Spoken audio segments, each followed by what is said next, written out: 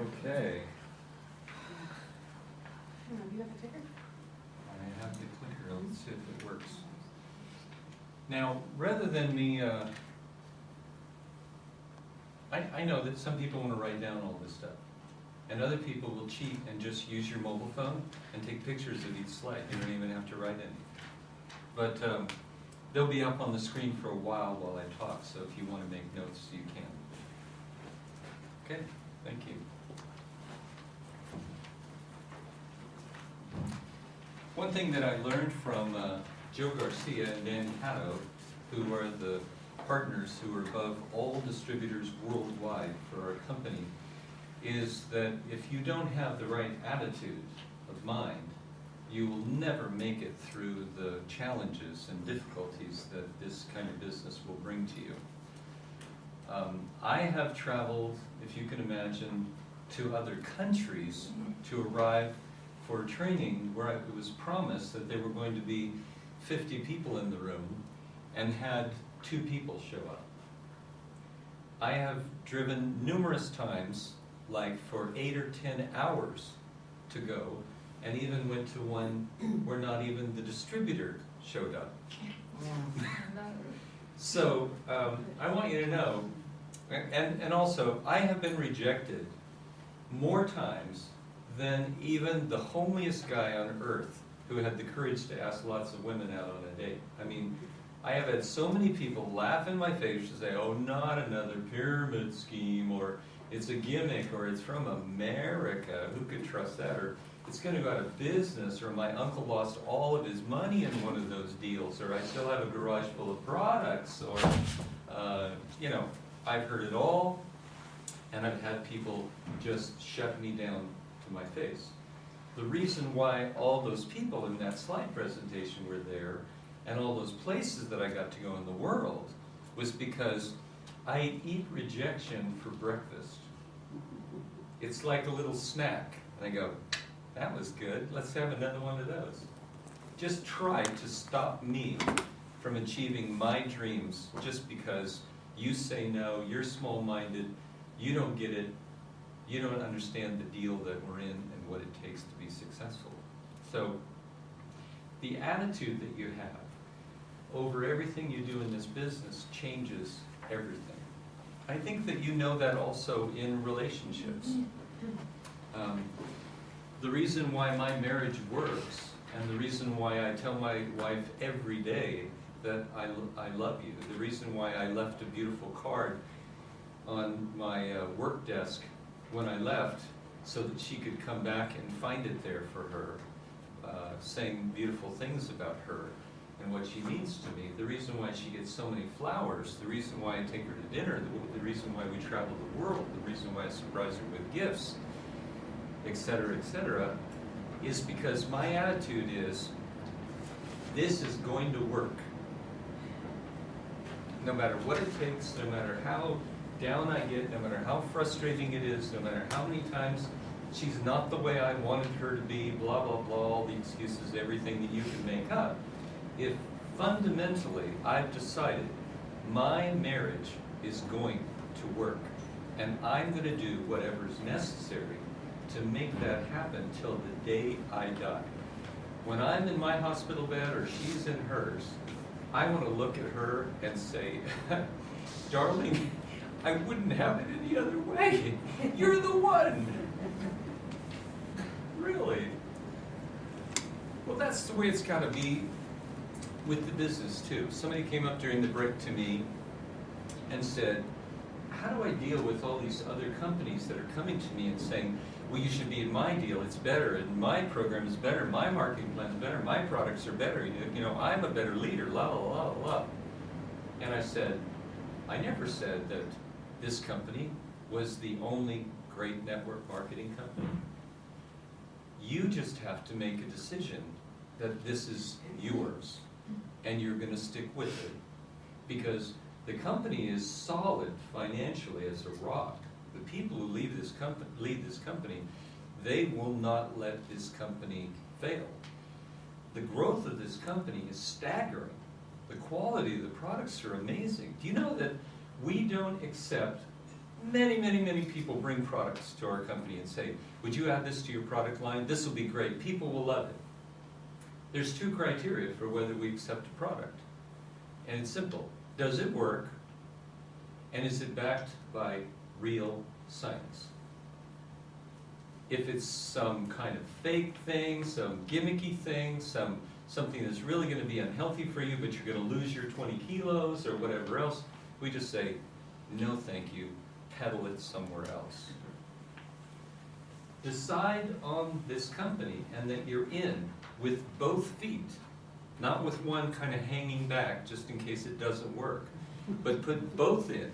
As a matter of fact, I even suggest that you stand on the edge of the cliff knowing that success is if you have enough faith to jump, and then jump, and don't do it reluctantly, do it with all your might.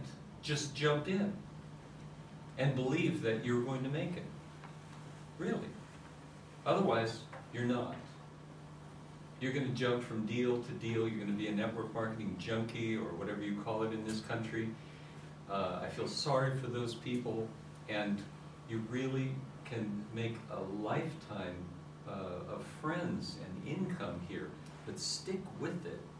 That's the attitude of success.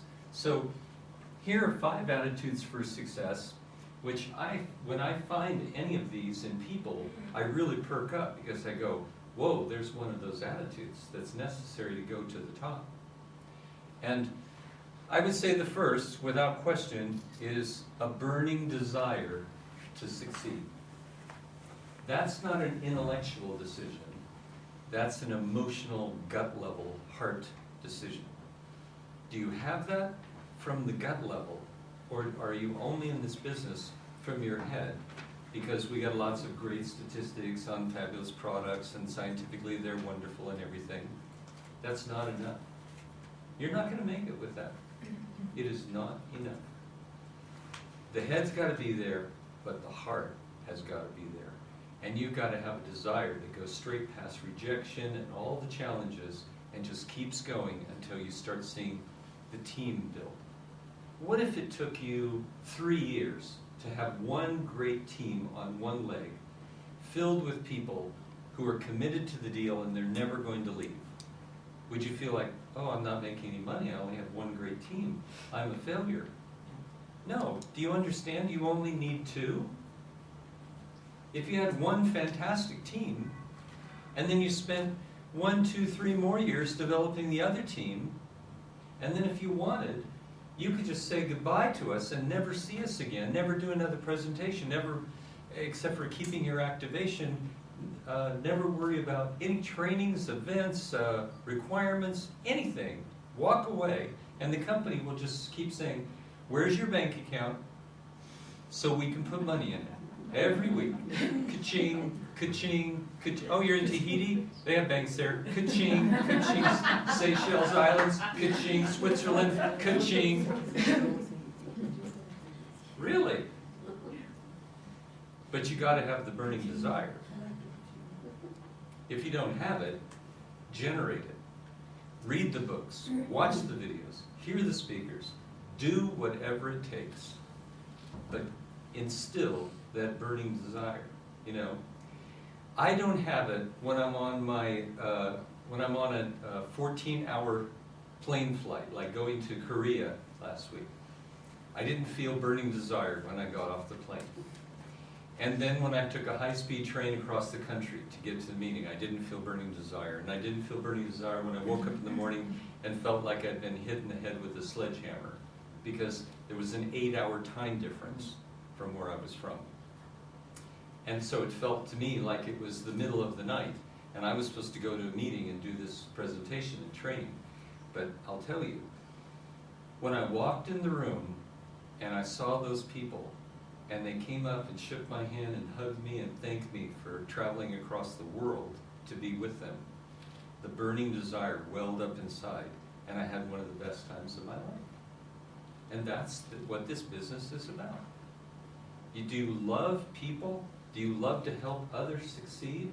Because if you like that, if that floats your boat, if that makes you feel great inside, if you love it as you will in the future if you stick with it. When one of your distributors comes up to you and says, "Come with me, I have something to show you," and you remember the old clunker they were driving, and you go out, and they open the door, and it has that new car smell, and they say, "Sit down in my BMW. It's mine. The bank doesn't own it. I own it." That's a great thing. That churns your burning desire up. It keeps it going. So have a burning desire to succeed. You know what? Who's got my phone with the camera? Can you bring that to me? Yeah. My camera. This is my moron phone. Some people thank you very Again, I much. just want to take more photographs. They call these smartphones. I call it a moron phone because I find myself going on trains, going on planes, whatever, staring at this deal instead of relating with the world around me. I find myself being with people who are important to me and then having to do a quick text message, you know, or just a minute, I have to take this call, or, oh, I haven't done my 1.5, 2 hours of reading all the news today. Check on the sports. What's happening in the Australian Open? Oh, I get it. That's more important. It's not. Your people, your life, each moment, being where your body is, wherever you are, be all there. That's what's really important, you know. So now I'm on Facebook about twice a week for 15 minutes each time. Really? That thing is not going to own my life. I don't care about all the cute videos about puppies and seabirds and cooking things and everything else that came on there. You know, I've seen so many cute videos in my life. Do I really need to lose hours of my day staring at my news feed? No. Or posting something so that I'll get 100 likes and then feel like people like me? Is that absurd? It's absurd. It is absurd. Doesn't mean Facebook's bad. You can keep track of where your friends are at, who got married, who had a baby. Those are nice things. But don't live there. Isn't your life more precious than that? So get off the moron phone and spend time where your body is, with the people that are around you. So it means you have to work, and it means you can't entertain yourself to death. It means you can't say, well, I can't do a presentation on Monday because my show is on. And I can't do one on Tuesday because I'm going out for drinks with my friend. And I can't go on Wednesday because this is happening. I can't go on Thursday because, maybe on Saturday I could squeeze in one presentation. But I want to be rich, and I want to make lots of money, and I want to cycle, and I want to have the income flowing in. Is that a willingness to work? No, that's a willingness to make excuses and decide that you're not going to change, and you're going to keep wasting your life. I'm not kidding. If you're already rich and you already have a massive bank account, please go ahead, entertain yourself to death, drink yourself to death, whatever you want to do. But if you want to change your life, you're going to have to work. And in this deal, you got to show up. If you need to do 5 or 10 presentations to find one good one, do the presentations. Don't think they're going to happen automatically by magic because you got one person and they're going to take care of you for the rest of your life. That's ridiculous. Let's not be absurd.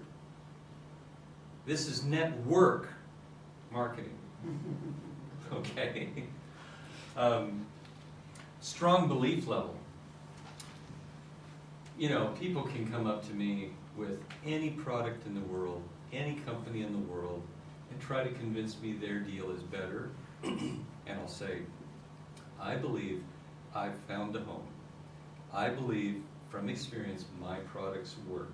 I believe people, even in my own family, their health and their life have been revolutionized by these products. I believe next week on Tuesday afternoon or Wednesday morning, a message will come on my phone saying, you've just received another bank deposit from NHT Global.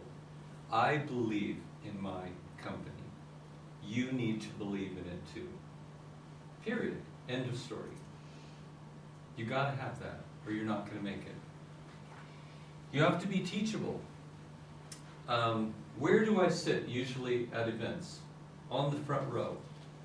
Why? Because they sit me there and go, you're Garth Wright, you have to sit on the front row. No, because I want to be as close as possible when somebody gets up and says something that's going to make me or my business and my organization a little bit better.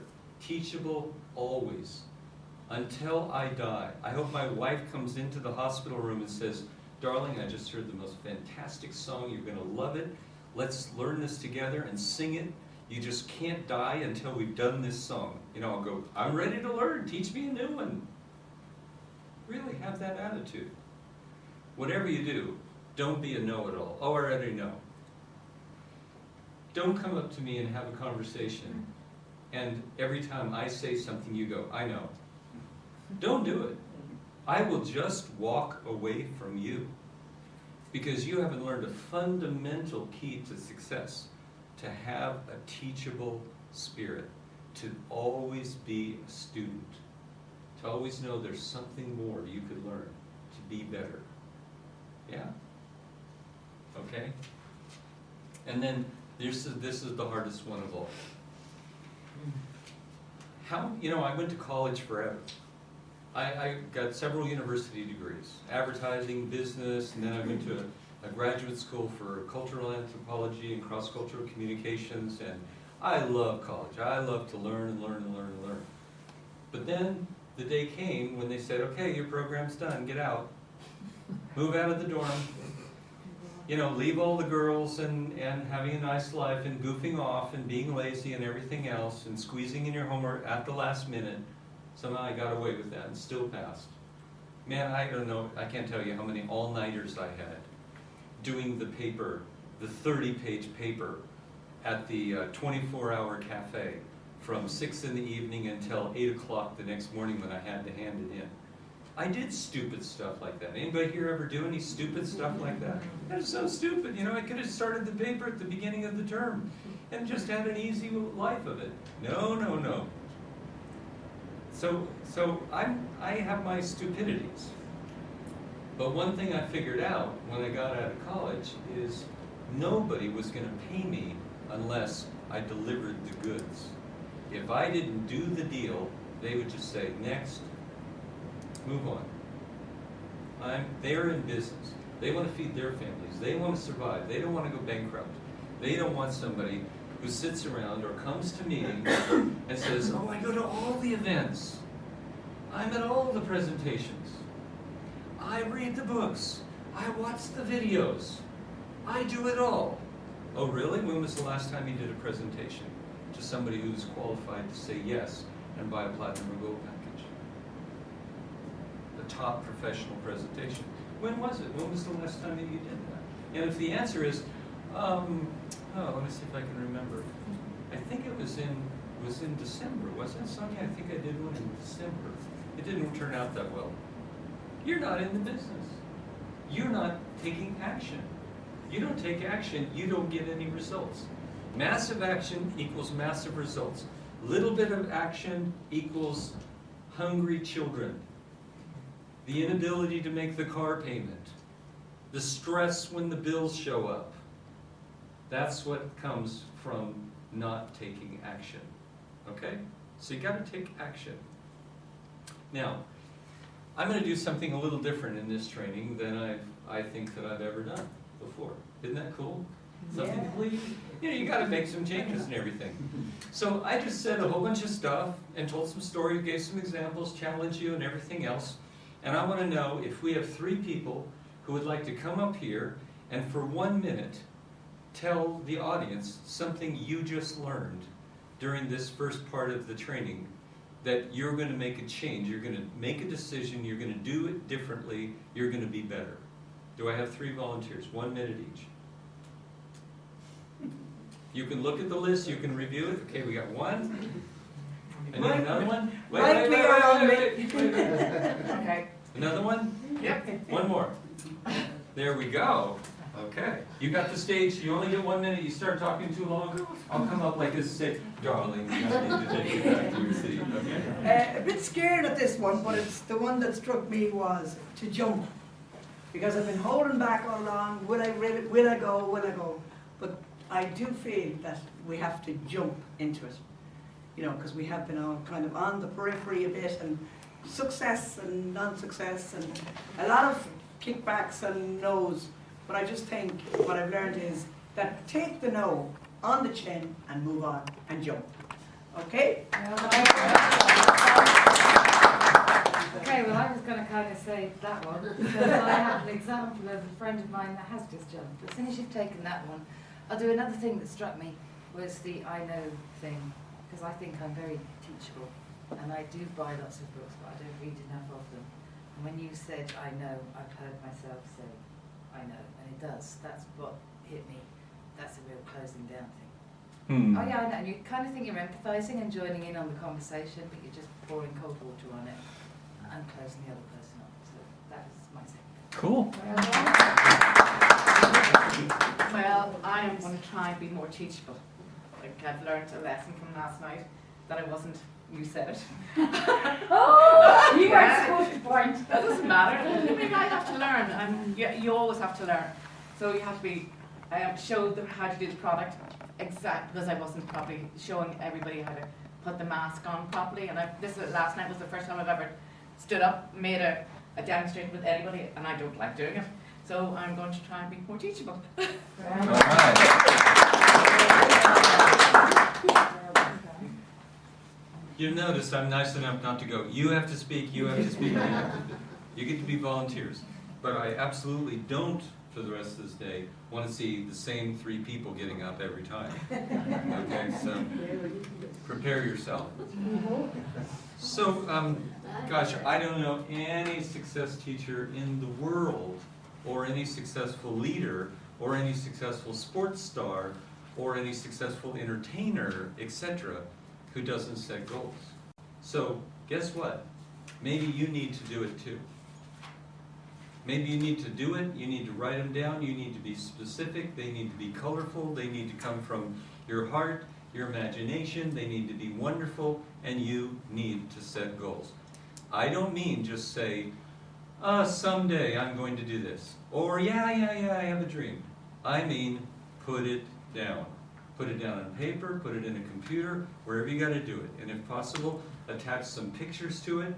If you've got some great video that shows people walking on a fabulous beach in Maui, having the time of their life. I mean, that was one of mine to do that with my wife. So of course last year we did that and spent a couple of weeks in Maui, hiking up to near volcanoes and going through incredible tropical forest and walking on amazing beaches and eating in restaurants with balconies over the sea and everything. And the dream came true. And so you need to set specific goals, and they have to motivate you. They can't be other people's goals, they have to be your goals. They can't be because they make your parents, your mate, your friends, etc. think you're great. They need to be ones that you really have a burning desire for. So that's extremely important. You need to put dates on them for when you're going to achieve them. Even if you fail, the date will help challenge you to take action. If you set a goal and say, I'm going to walk on that fabulous beach, I'm going to have that chalet in Switzerland, I'm going to do this or that, someday it has no power to move you to action. Really, it just has no power. You know, one of my mentors in my life, when I was a very young man, he was a man who made $300 million founding a company. And he said, there are cloud dreamers and there are ground dreamers. He said, you have to be a dreamer, but you also need to have your feet on the ground and make those dreams become a reality through your actions and through your goals. Cloud dreamers don't change anybody's life. They just talk and talk and talk at the pub and tell the same story over and over again every time you see them. I'm going to someday, I wish. But ground dreamers make it happen. What kind are you going to be? So, have some great goals. Financial goals. In this business, I would say if you're just starting out and you don't have experience in network marketing, it would be reasonable to say, in the next month, I'm going to cycle once. It's $250. According to our marketing plan, you cycle, you get $250. Could you please make a goal at least that during the month of February, by the end of the month, I will have cycled 2,500 BV on one side, 1,250 on the other. It cycles, and they send the money to your Payoneer card or your bank account. Please. Now, if you're very experienced and you've already built big organizations and you know exactly what to do, you can do everything at an accelerated pace. What I don't want you to do is set the goal that in February you're going to make 5,000 euros. Really, it takes longer than that. It takes time to build up the organization, especially if you want it solid and you want a lifetime income from it. But it's going to grow, and it's going to go up, and then maybe it'll plateau. Maybe you'll have time when it goes down for various reasons, then it'll go back up. And it doesn't matter, as long as the chart just keeps making its way up, because you keep doing money-making activity. So you set the goals and you keep going up. I think that it would be reasonable if you're just starting out and you're new platinum or gold in our business, that you could make the goal that in the year 2015, you're going to make, after taxes, an extra 10,000 euros. You can do that. Because you can make 250, and then 500, and then 750, and then 1,000, and then it kind of gets exponential. It goes to 2, and it jumps to 4, and so on. And then when you add it up at the end of the year, you go, hey, for a part-time business that I started, where I only invested 1,000 euros, or whatever package you get, for me to clear profit, 10,000 in my pocket. Do you know how many people start businesses with their life savings? They put 50 or 100,000 euros or more into a clothing store or a cafe or a tobacco shop on the corner or whatever else it is. And they don't even come close in their first year of clearing any profit. They're just thankful that they still could pay the loan from the bank and they could keep their shop. They're hoping that by the third year, which is generally how long it takes, they actually break even and start to make a profit. Here, you can make a profit next month, but you got to set the goal to do it. Don't expect it to happen if you don't have a goal and you don't have a date and you don't believe it that it's going to come true.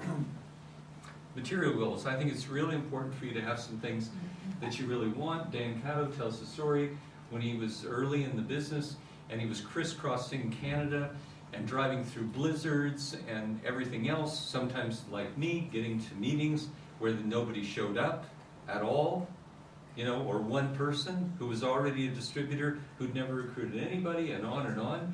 As he was driving, and he was driving this old car where the blizzard was coming in through the floorboards, you know, and he was wondering if he was going to make it, and then when he got there, would he have enough petrol to turn around and get back home? Guess what? On his steering column, he had a picture of a new Jaguar, because that's what he wanted. He wanted one for himself, and one for his wife. And he just kept it there, and he just kept driving, and he kept doing the presentations, and pretty soon, the car got warmer, the car got nicer, the car got safer, and then one day, he was looking at the column, and there was a picture of a Jaguar cat leaping. And in his driveway back home was his wife's. And he's been doing that Jaguar thing ever since. But he set the goal, he visualized it. Whether you put it on your refrigerator, you know, for me, I should put a picture on the refrigerator with my head, but with the body my wife would like me to have, minus the extra 10 to 15 kilos, or maybe in addition to the 10 or 15 extra kilos of muscle. Oh, yeah. No, why not? Yeah. Really? You know what I did on YouTube? I did a little search, and I said, guys in top shape after age 60. I'm 60, you know. And there were guys on there who were like 70, 80, 85 years old. And they said, I am in much better shape than I was when I was 25. And they would show them doing these push-ups and pull-ups and doing all these incredible things. And I'm going, oh my God, what's my excuse? Why do I look like this? You know, get in shape. Suck it up. Say no to that food. Say yes to the healthy stuff. Do the exercise. Pay the price and get the reward. Set the goal and take action. Or you don't get what you want. And you just drag on the same way like you've been forever. And aren't you tired of that? Aren't you tired of making excuses and not being the person that you want to be? It's your choice. It's kind of crazy to be in a health company and to not be healthy. That's kind of stupid. Kind of stupid to be in a health company and then do a whole bunch of things that are undermining your health. That's a little ridiculous. So it's like, do as I say, not as I do. Right? We've had enough people like that in our lives. We've even been those kind of people. Isn't it time to change? So set the material goals, set the health goals, you know, get the house, get the car, get the things, get the bank account, the magic number, where you'll go, now I feel financially secure. Now I can rest. Now I can relax. It's going to be okay. And then business activity goals. How many presentations are you going to do? When are you going to cycle? You know, how many new people are you going to bring in and help them to qualify and help them to cycle? You got to set the goals. You got to write them down. Now it's time. 3 volunteers, 1 minute each. Something you learn from here. Something you want to share with the audience. Not the same 3 people. Come on. 1, 2. And when you speak, for the sake of the camera, could you do it from about right here? Thank you. I suppose basically it's make a realistic plan, have a goal, have a date, work towards that date. I had a friend who was always dieting, and she used to you reminded me with your picture in the fridge, but or I had thought of it before you said that, so I'm not copying your idea. But she had a picture of Pamela Anderson on her cooker, and this is what she aspired to. I think maybe her husband got more out of the picture of Pamela Anderson than she ever. But yeah, so, and I suppose if it doesn't work, you know, your first plan doesn't work, just don't be disillusioned, pick yourself up, dust yourself off, and next month might be better. That's kind of, it's about the attitude thing. So. What I take from this is actually I've already been doing this for the last 10 years, but the last line, so you're reminded of them. And what I do is, I started this 10 years ago. I just got a piece of paper and I pretended that I had all the money in the world and all the time in the world. It's like as if I won the lotto. And I wrote down 100 things, just straight out. And you know, then I broke up all the different sections: my spiritual goals, emotional goals, physical goals, health goals, fitness, family, friends, hobby, car, house. And then I wrote it all down, and then I broke it all down into 1 year, 3 year, 5 year, monthly goals, weekly goals, daily goals I want to do on a daily basis, and then the habits I need to do them. So then it actually took me to do it properly. If you have to do this properly, it actually takes you nearly a week, and you have to nearly do like 2 hours, and you need to do it when there's no distractions. But what's reminding me is I've done this journal, and every year it's great to look at the end of the year. Now, I haven't accomplished everything, but I've moved an awful lot, and I just scratch off all the things, get the journal and redo it again. And the thing is, I have the journal in my cupboard now. I do read it like maybe once every month, but it's to see where it progressed. But the most important thing is just to be reminded of them. So that's Great. I said at the last. Excuse me, I just choked in there. I said at the last presentation with Garth in the Louis Fitzgerald last year. I'm now 65. I get, believe it or not, my state pension from the UK. It's not enough to buy one of the things I really want, which is a motorbike I used to have. I had a Honda 750.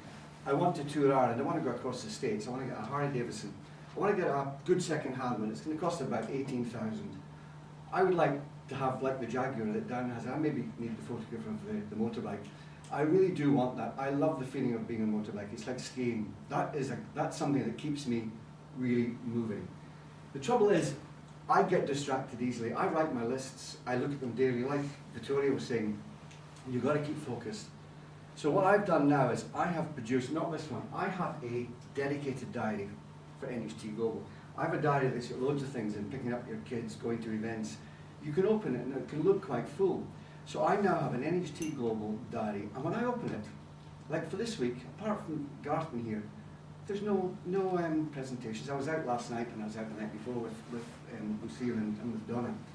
But I have nobody to see. So by having this dedicated diary, nothing else is cluttering it. I can look at it and say, freaking hell, empty, empty, empty. So now with that dedicated diary, I have to fill it. And that is really focusing. I'm looking at it saying, right, I've got to put people in there. So I need at least 3 people in there, and that weekend I need 4 people. And that's just like this NHT one here, but it's not this one I used. And when I do look at it, I think, oh God, once Dan's gone, evening with Donna, evening with Lucille, day with Garth, right, next week. So that's going to make me really, I think it's something you should all look at and get these numbers up. So, and I then will have that motorbike, I hope.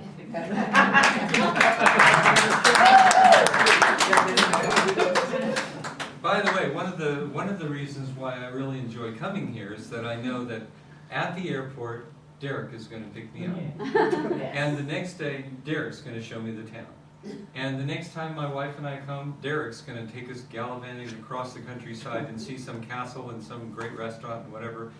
And that makes it really delightful. Like I said when I met him at the airport this time, just like last time, I said it makes all the difference when you get to the airport and you see a friend with a big smiling face. So thank you very much. Okay. I'm going to race through these so that you can take your lunch, or do you want to take the break now? Yeah, maybe. What time is it? Somebody want to talk about it? It's Just race through them. Yeah. Race through them. Yeah, race And through then- it? And then we'll have our lunch after. Okay, okay. Is that okay? Thank you. Yeah. All right, so there are some basic money-making actions in this business that you have to learn, or you will not be successful. Here are the fundamentals that I came up with. Number one is you have to know how to properly invite people so that you don't destroy your list of contacts. As you know, if you've been in any network marketing company before, they've told you, don't call people on the phone and try to explain the opportunity over the phone. You will just blow the whole thing. Also, if you notice on my business card, it doesn't have anywhere NHT Global. It just has a generic website with a video, with some pictures, and with some information, because when I talk to contacts, I want them to meet with me personally, and I want to personally do a great presentation of the products and do it right, and get to the website, explain things right, get to the marketing plan, and give them the challenge to join. And I don't want any of that to happen over the phone, or have them hang up and immediately go to NHT Global, look and go, oh, I already know all about that, I don't need to see you. And so my invitation is quite simple. I call people, and let's say it was Derek, and I say, Derek, haven't seen you in months, how you doing? Great. I know you always know the best pub in town to get some of the best Guinness available, or one of these other microbreweries or whatever. Can we get together? And Derek says, sure, let's get together. You're right, it's been a long time. Great, what would be good for you? We set the appointment. That's my phone presentation. My phone presentation is done. Derek, you won't believe it. I have seen the most incredible opportunity. And when you see this, I mean, you are going to go crazy. All your dreams are going to come true. You're going to look 10 years younger, and you're going to feel better, and your wife's going to be happier with you, and, Can you repeat what you said again, because I was busy writing down, just the phone call again. Can you repeat that for me? Hi, Derek, let's get together. What time? Great, thank you. That's it. Yeah. Yeah? That's quite a lengthy presentation, isn't it? If you're inviting somebody to a presentation, like in a room like this, at a hotel, whatever, I actually don't recommend it as the first thing that you invite someone to. To me, the first thing you invite them to is reestablish the relationship with somebody who maybe you haven't seen in a long time, and focus on them and listen to them and learn all you can about them and their situation, what their hot buns are, what they need, more time with their kids, retirement fund, hate their job, love to own their own business, wish they could do something healthy, wish they had more time, wish they could travel the world, whatever. Find out everything that they want. And then, when you do the presentation, gear the whole presentation toward what they have told you they want. That's just logical. You know? And please, don't do any secret invitations. There are some companies, I won't name them, but they're quite famous for the invitation, hey, come on over, we're having a barbecue. And when they get to the house, they go in the living room, there's a bunch of people stiffly sitting in couches, and there's one of these boards up at the front, and then for the next hour and a half to 2 hours, somebody's drawing all these pictures all over the board, or flipping through this presentation, doing all this stuff, and they're going, I thought I was coming for a barbecue. What am I doing here? And when it's over, they generally won't stay for the barbecue. They'll just go up and say, you deceived me. This is not what I was invited to. Why am I here? You know, you're just using me so you can get your goals. I really don't respect that, and I don't appreciate it. So please don't do that. If you're going to invite people straight to the presentation, say, it's a business opportunity, please come. I'm one of the speakers. Come and evaluate me and tell me if I suck. I mean, that's a backdoor way to invite people. Come to the presentation. I'm going to speak. I'm sure it's not for you. You won't be interested in the business or anything else. But could you come, bring a notepad, and write down all the good things and the bad things about my presentation? And then afterward, let's go out for a cup of tea, cup of coffee, whatever, and you tell me how I can improve. That's a way you can invite people straight to the presentation. Yeah, exactly. Of course you won't be interested in what we're talking about. That's fine. It'll be over in an hour, then we'll go out and have a good chat, and you tell me how terrible I was. People go, oh, I'm always willing to give my opinion and tell a good friend how terrible they are.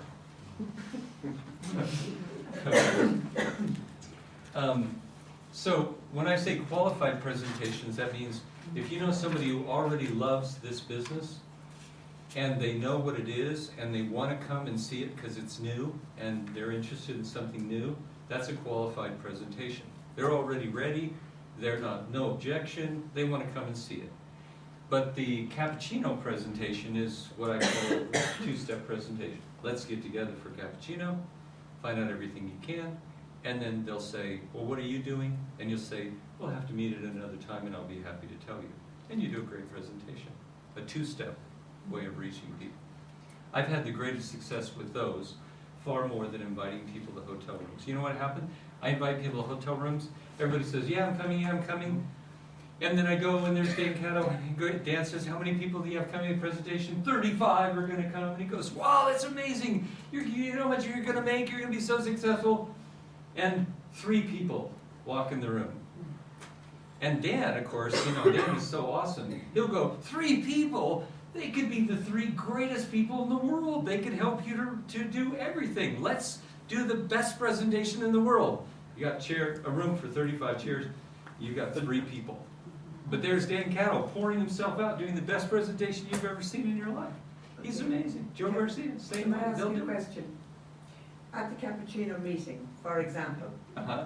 you're sitting there and you haven't met somebody in quite a while, Mhm. and they're after telling you where, you know, the sad news and the good news, whatever. But you may not get hold of that person again for a long time because it took you a while to get them initially. I'm just wondering, would you still say walk away without giving them any inkling of next meeting, or just to elaborate on that a little bit, Yeah. if you I don't would. really know why I would meet somebody that I didn't see in a long time. I would spend all the time asking questions and listening to them with intense interest and care. And then at the end of it, they say, well, I'm probably not going to see you for another 3 to 6 months, but thank you for the cappuccino, bye-bye. No. After I care about them and listen to them so much, at the end of the hour or whatever, and I've been listening 95%, and they don't know what's happening with me. Generally what happens, and it happened, for example, with Tomasz Kanapek. That's exactly how he got into business. A cappuccino meeting. I let him talk and talk and talk. I knew everything about Thomas, his family, his background, etc., and we got done. And I said, well, thanks, Thomas, I have to go. Wait a minute. You didn't tell me anything about you. Oh, would you like to come over to my place sometime? I'd be happy to tell you. Sure. And that's what we did. He didn't know a thing about my business when I finished that meeting. But when he came for the second meeting at my apartment, he knew I was going to tell him what I was doing, and he wanted to hear it. So I didn't have to make any excuses about doing a business presentation. Does that make sense? Thank you. Yeah.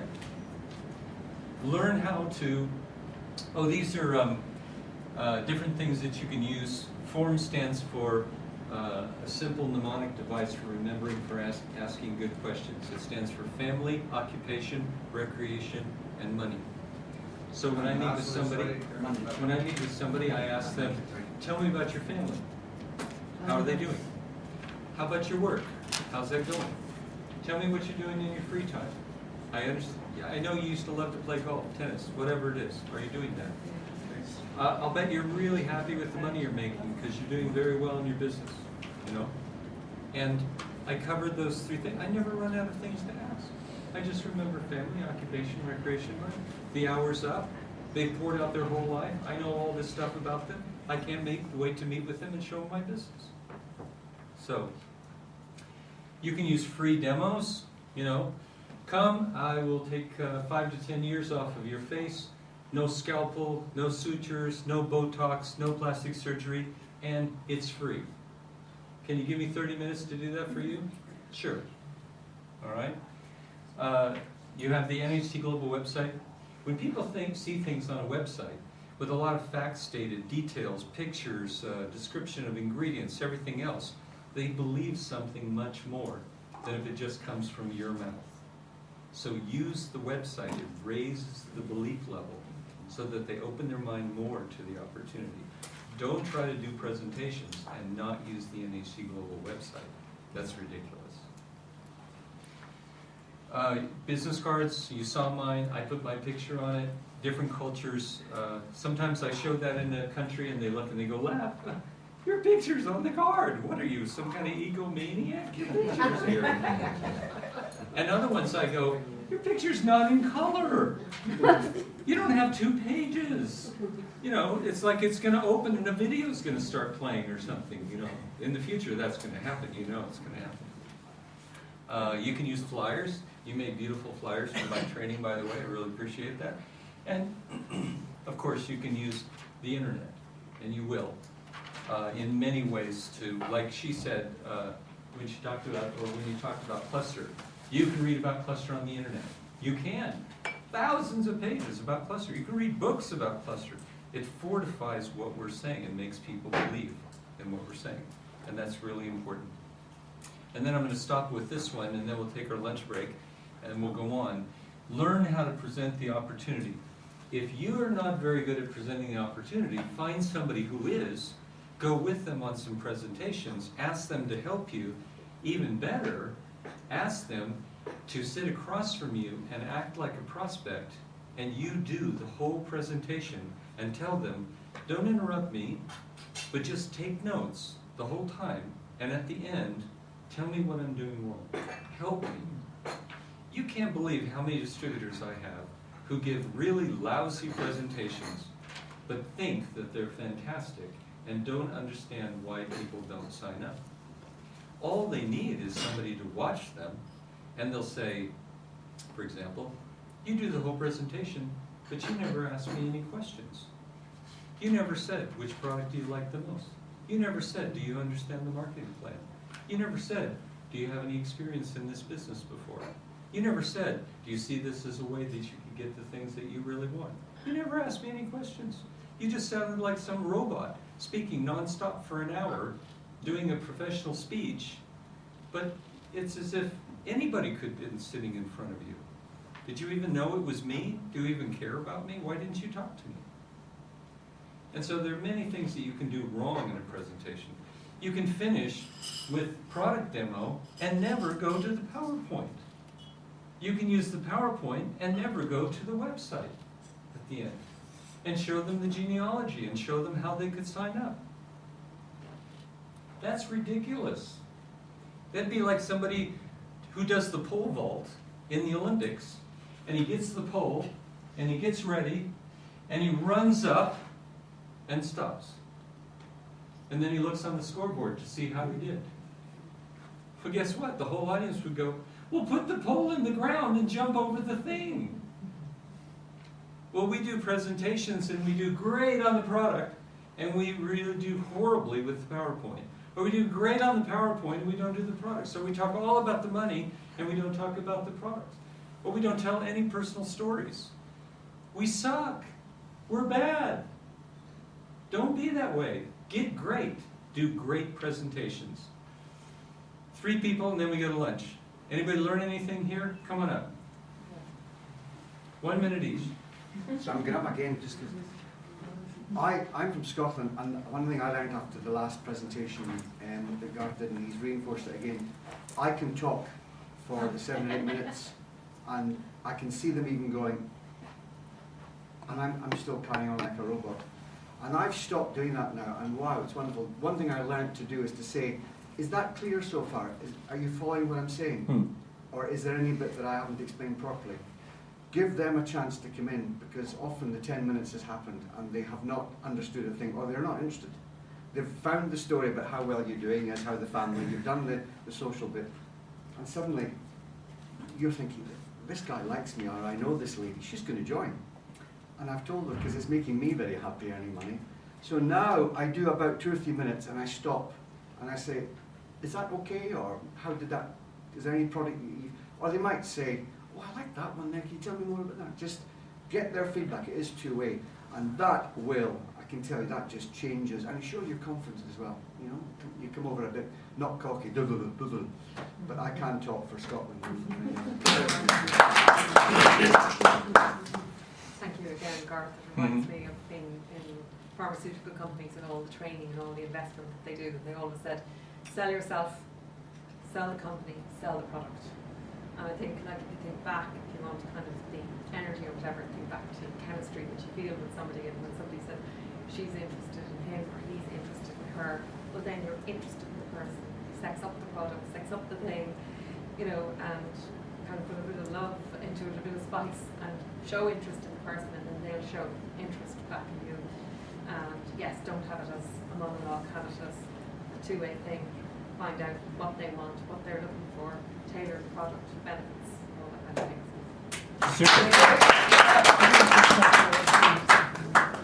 It's very simple, just to get the invite, because rather than sit down with somebody in your golf club and say, oh, I believe that, and you start to tell them about the product, but you don't quite have the full presentation.